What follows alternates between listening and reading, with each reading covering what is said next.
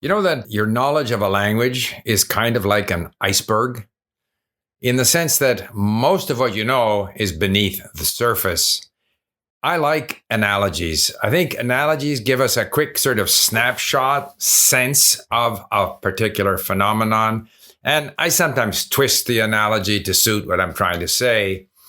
Of course, an iceberg is not similar to learning a language. You know, an iceberg is basically fresh water that has calved, as they say, calved, calved off glacier or something. And because the fresh water is lighter than the salt water, it floats. But most of it is beneath the surface. You see a little bit on the top and there's a lot below. And I see our language knowledge the same way. In other words, we have to have a lot of familiarity with the language, some of which is passive vocabulary that we're able to recognize when we see it. A lot more of it is vocabulary and familiarity that we have piled into our brains through massive listening and reading, and is sort of the base out of which will come eventually more and more passive vocabulary, and eventually that smaller amount that we're actually able to use, our active vocabulary. Maybe a better analogy would be a tree. So some trees have shallow roots. Some trees have deeper roots. Not always, but typically a deeper root could be deeper because it's searching for nutrients, or, different species of trees tend to have shallower or deeper roots, and they have, diagonal roots. And typically, the deeper the root system, the more the tree is able to resist wind and so forth and so on. Again, it's not comparable. I prefer the iceberg analogy simply because the tree ends up being an awful lot larger than the root system.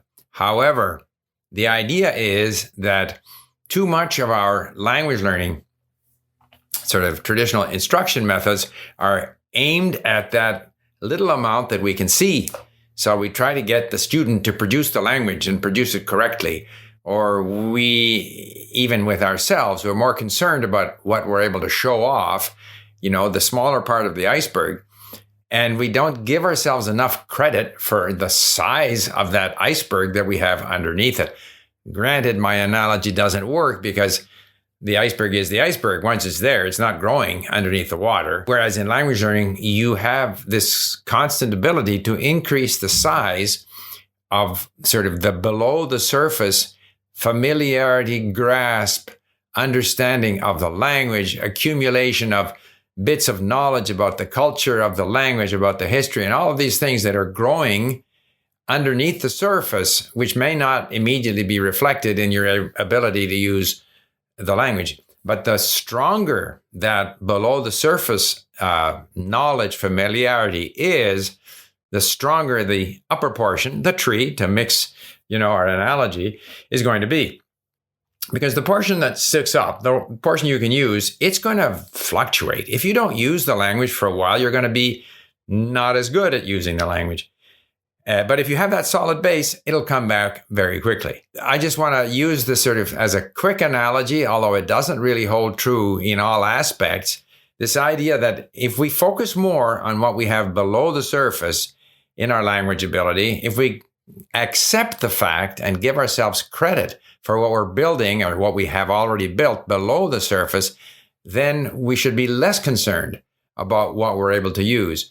When we need it, of course, we want to be able to use it well. And even if that little bit that sticks up, that's visible, is ugly or jagged or rough around the edges, it doesn't matter. That's what we got.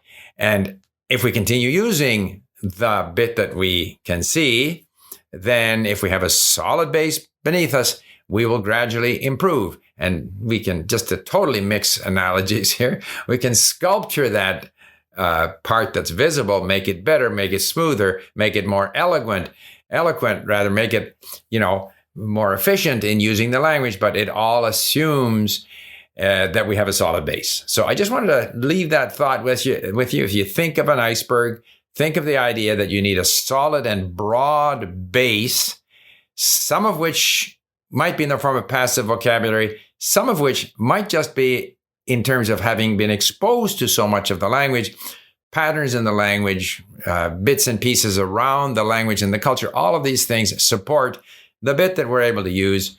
And if we have that solid base, we'll gradually get better and better at using that visible portion of the iceberg. I hope I haven't confused you with my mixed parables or mixed analogies here, or mixed metaphors.